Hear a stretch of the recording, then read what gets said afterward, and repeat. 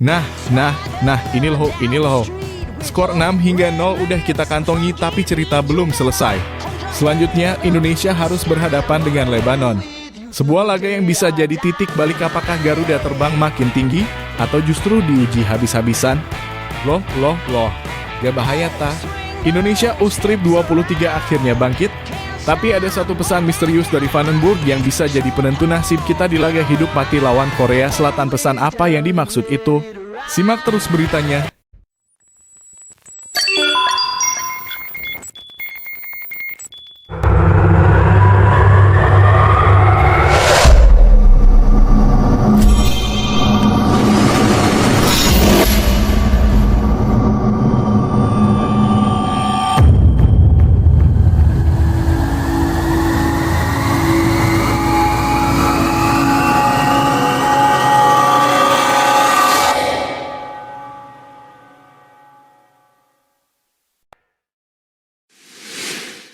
Sebelumnya mohon dukungannya, bantu pencet tombol like, subscribe, dan notifikasi agar tidak ketinggalan berita terbaru Timnas. Terima kasih, yo Sobat Garuda. Kali ini kita bakal bahas tuntas kemenangan luar biasa Timnas Indonesia atas China Taipei dengan skor 6 gol tanpa balas. Yap, lo nggak salah dengar, 6-0. Bukan cuma soal skor yang bikin kita bangga, tapi juga soal gimana cara mainnya timnas kita yang benar-benar bikin lawan nggak berkutik. Mulai dari statistik penguasaan bola, passing, sampai peluang, semuanya nunjukin kalau Garuda benar-benar mendominasi. Jadi siap-siap ya, karena kita bakal kulik dalam banget gimana jalannya pertandingan ini, siapa aja pemain yang bersinar, dan apa artinya buat masa depan skuad asuhan Patrick Kluivert. Oke, kalau lihat angka 6-0, pasti semua orang langsung mikir, wah, Indonesia main gila-gilaan nih. Dan emang bener bro, dari awal sampai akhir tim kita nunjukin permainan yang tenang tapi tetap haus gol. Bayangin aja baru babak pertama dimulai, Indonesia langsung ngegas tanpa kasih napas buat lawan. Gol-gol tercipta bukan karena keberuntungan, tapi hasil dari kerja sama tim yang rapi. Semua lini hidup dari belakang sampai depan. Beda sama beberapa pertandingan sebelumnya yang kadang masih ada momen gugup, kali ini kelihatan banget kalau para pemain udah klik satu sama lain. Chemistry-nya jalan, passing-nya ngalir, finishing-nya juga on point. Statistik bikin melongo, Garuda kuasai semua aspek. Nah, kalau kita ngomongin statistik, disinilah kelihatan jelas betapa dominannya Indonesia. Data dari Votemob nunjukin hal-hal keren kayak gini, penguasaan bola. Indonesia 69%, lawan cuma 31%. Artinya hampir 2/3 jalannya pertandingan itu dikuasain sama kita. Jumlah umpan, Indonesia catat 680 umpan dengan 607 sukses. Akurasi 89%, ini gila banget sih. Passing akurat kayak gini jarang banget kita lihat, apalagi kalau lawannya parkir bus.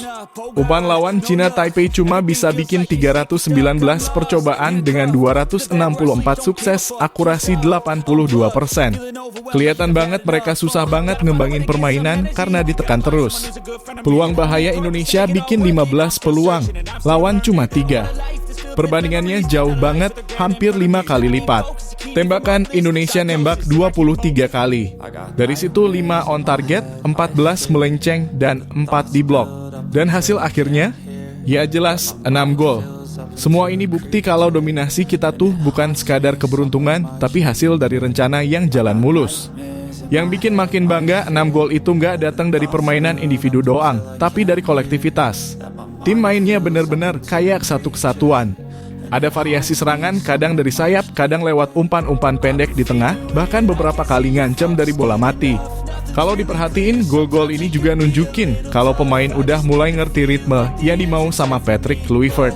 Gak buru-buru, gak panik, tapi tetap tajam pas udah di depan gawang. Nah ini yang gak kalah menarik bro. Pertandingan lawan China Taipei ini juga jadi ajang pembuktian buat beberapa pemain debutan. Sebut aja Emiliano Jonathans dan Mauro Zilstra. Walaupun baru pertama kali main, mereka langsung nunjukin kualitas yang bikin kita optimis. Emiliano Jonathans tampil pede banget. Nggak kelihatan kayak pemain baru, malah kayak udah sering main bareng timnas. Mauro Zilstra juga gitu, kontribusinya nyata. Bukan cuma soal skill individu, tapi juga ngerti kapan harus build up, kapan harus nyari ruang. Kehadiran mereka bikin kita sadar kalau timnas sekarang punya kedalaman skuad yang lebih baik. Jadi nggak perlu khawatir kalau harus rotasi. Salah satu hal penting dari pertandingan ini adalah rotasi yang dilakukan Kluivert. Biasanya kalau pelatih ganti banyak pemain, kualitas permainan suka turun. Tapi kali ini nggak tuh. Rotasi tetap bikin permainan Indonesia solid. Malah kelihatan kalau pemain cadangan juga lapar buat nunjukin performa terbaik. Ini sinyal bagus banget menjelang jadwal padat di ronde keempat kualifikasi Piala Dunia 2026. Sejak Patrick Kluivert pegang timnas, banyak yang nanya, bisa nggak sih dia bawa tim ini ke level lebih tinggi? Nah, jawabannya mulai kelihatan di laga ini. Kontrol bola terjaga, kelihatan kalau filosofi Kluivert lebih condong ke permainan sabar tapi efektif. Build up rapi, nggak asal tendang panjang, tapi dibangun pelan dari belakang. Keberanian rotasi, dia berani kasih kesempatan ke debutan, tapi tetap dapat hasil maksimal. Gaya main Eropa yang dibawa Kluivert kelihatan banget. Pemain jadi lebih disiplin posisi, tapi tetap punya kebebasan buat improvisasi. Nah, kemenangan ini jelas jadi modal mental yang gede banget. Ronde keempat kualifikasi Piala Dunia 2026 bakal jauh lebih berat karena lawan-lawannya diisi tim-tim kuat Asia.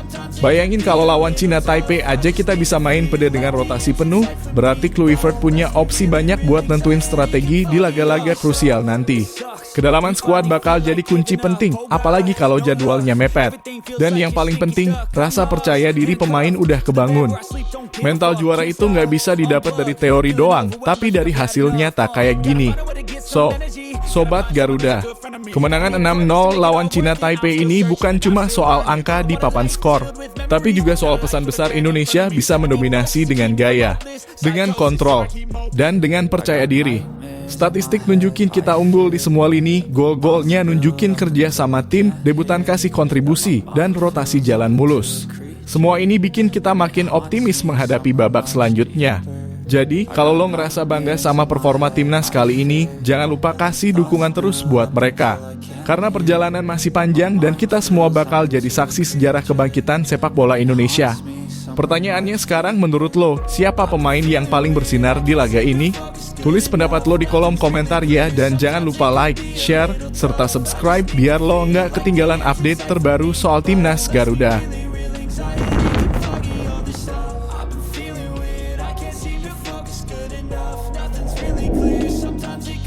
Halo Bolo pecinta bola. Kali ini kita bakal bahas kabar gembira dari skuad Garuda Muda alias Timnas Indonesia U-Strip 23 yang akhirnya berhasil pecahin telur kemenangan di kualifikasi Piala Asia U-Strip 23. Dan bukan sekadar menang tipis, tapi menang telak banget dengan skor mencolok 5-0 lawan Macau U-Strip 23. Yap, pertandingan ini digelar di Stadion Gelora Delta, Sidoarjo, Sabtu malam, dalam kurung 6 September 2025. Stadion yang udah terkenal jadi salah satu kandang hangat buat timnas kelompok usia, kembali jadi saksi bisu pesta gol anak-anak muda kita. Kalau kalian masih ingat, di laga perdana, Indonesia harus puas dengan hasil mengecewakan waktu ketemu Laos. Bayangin lawan yang di atas kertas harusnya bisa dikalahkan, malah sukses bikin lini serang kita mati kutu. Pertahanan berlapis Laos benar-benar bikin frustrasi Jens Raven CS. Skor akhirnya pun nyesek, nggak bisa menang padahal main di depan ribuan supporter sendiri. Nah, belajar dari situasi itu, pelatih Gerald Vandenburg akhirnya bikin anak-anak Garuda Muda main dengan gaya berbeda pas lawan Macau. Hasilnya luar biasa banget. Arkan Fikri DKK tampil jauh lebih lepas, lebih sabar, dan yang paling penting, mainnya pakai otak, bukan cuma otot.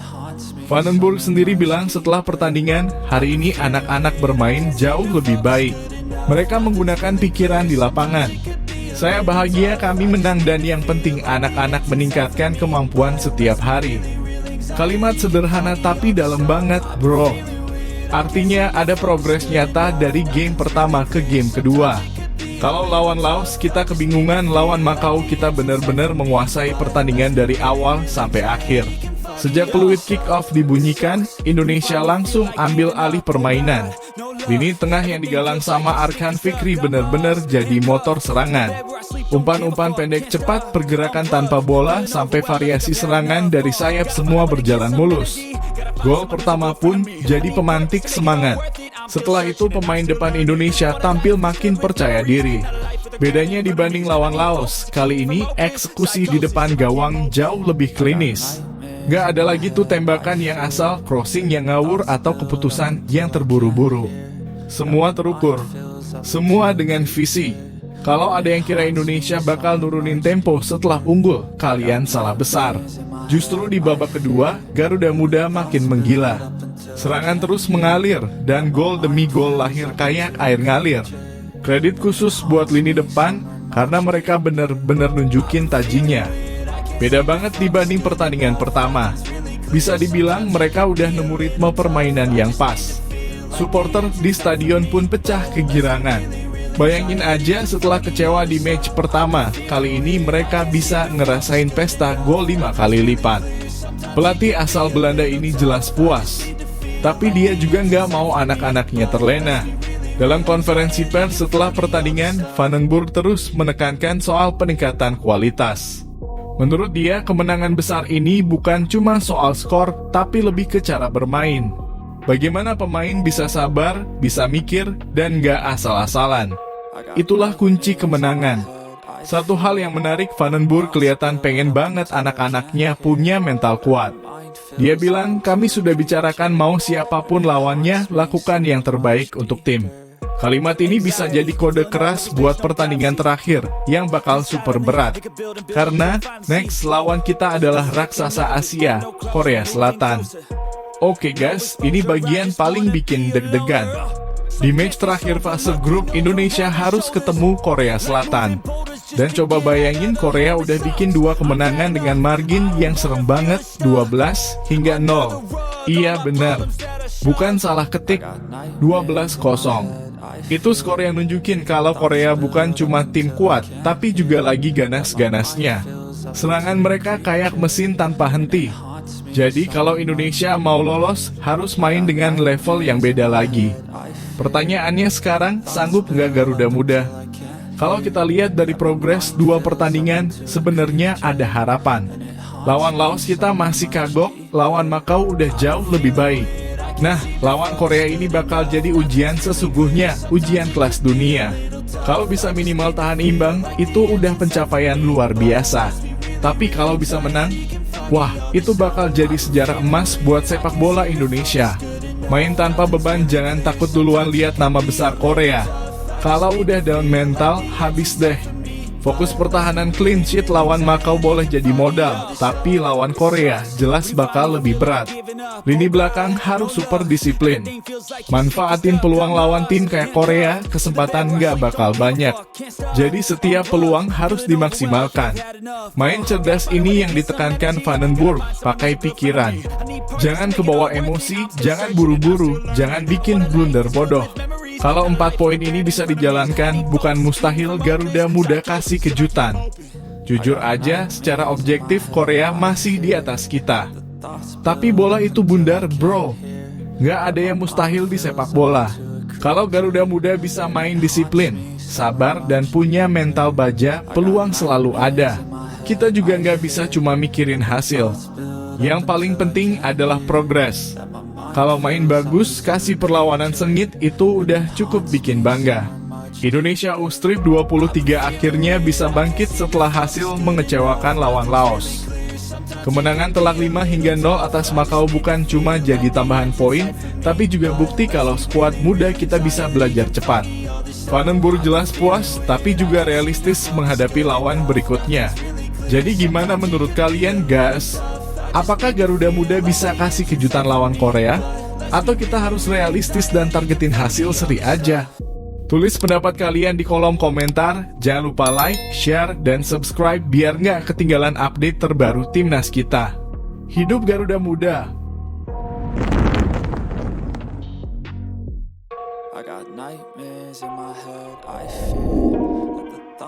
Buat lo yang belum kenal, Alexander Sweers ini berasal dari Belanda. Ya Belanda lagi bro. Kayaknya Indonesia emang lagi serius banget membangun koneksi sepak bola sama negeri kincir angin. Setelah pelatih, pemain naturalisasi, sampai pemandu bakat, sekarang giliran direktur teknik juga orang Belanda. Sweers sendiri punya background kuat di bidang pengembangan sepak bola. Dia bukan cuma sekedar mantan pemain, tapi juga seorang ahli metodologi sepak bola. Jadi dia ngerti banget gimana bikin kurikulum latihan, gimana ngejalanin pembinaan pemain muda, sampai nentuin arah filosofi permainan sebuah negara. Kalau diibaratkan, direktur teknik tuh kayak arsitek timnas. Kalau pelatih kepala fokus di lapangan dan strategi jangka pendek, direktur teknik ini lebih mikirin jangka panjang, mau dibawa kemana gaya main Indonesia, filosofi apa yang mau dipakai dari U-Strip 16 sampai senior, talenta muda gimana caranya bisa berkembang. Nah, itu semua tugasnya Swears sekarang. Kalau lo lihat pola belakangan ini, PSSI emang lagi serius. Mulai dari ngerekrut pelatih asing kelas dunia, naturalisasi pemain-pemain keturunan yang main di Eropa, ngadain kompetisi rutin di semua level, dan sekarang nunjuk direktur teknik berpengalaman dari Belanda. Artinya mereka nggak cuma mikirin hasil instan, tapi juga fondasi jangka panjang. Dan ini penting banget buat sepak bola kita. Jadi penunjukan Alexander Swears sebagai direktur teknik baru PSSI ini adalah langkah besar. Dia bukan cuma sekedar pejabat formal, tapi bakal jadi otak di balik pembangunan sepak bola Indonesia ke depan. Apakah dia bakal sukses? Itu masih tanda tanya. Tapi yang jelas PSSI udah berani ambil langkah berani buat nyoba hal baru. We all have one purpose, a bigger Indonesia as a nation all together.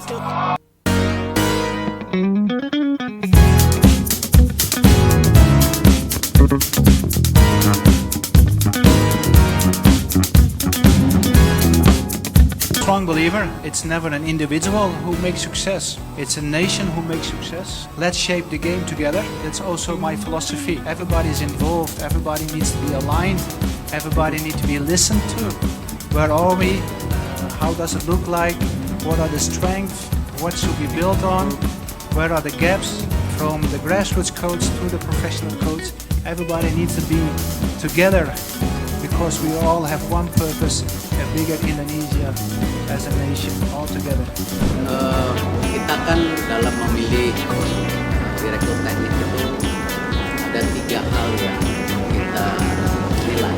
Pengalamannya sudah bisa diargumentasikan, punya pengalaman tidak hanya di Eropa, di Asia yang terpenting. Kalau kita mau menuju top 15, top 10 ya kita harus benar-benar memetakan kekuatan di Asia ini.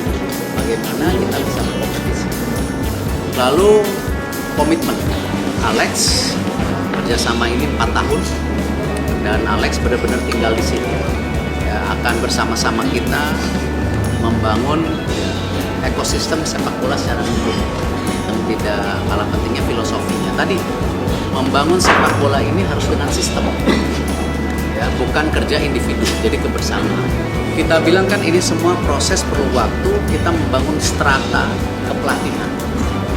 Alhamdulillah setelah 1,5 tahun, 2 tahun lebih lah, akhirnya kita punya strata kepelatihan yang komplit hari ini.